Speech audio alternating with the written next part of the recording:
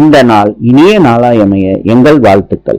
23/1/2026 தை 9 ஜனவரி வெள்ளிக்கிழமை. இன்று பஞ்சமி, பூரட்டாதி நட்சத்திரம். இன்றைய நல்ல நேரம் காலை 9:30 10:30 வரை, மாலை 4:30 5:30 வரை. கௌரி நல்ல நேரம் பகல் 12:30 1:30 வரை, இரவு 6:30 7:30 வரை. ராவு காலம் காலை 10:30 12 மணி வரை. யமகண்டம் மாலை 3 மணியிலிருந்து 4:30 வரை. சூலம் மேற்கு.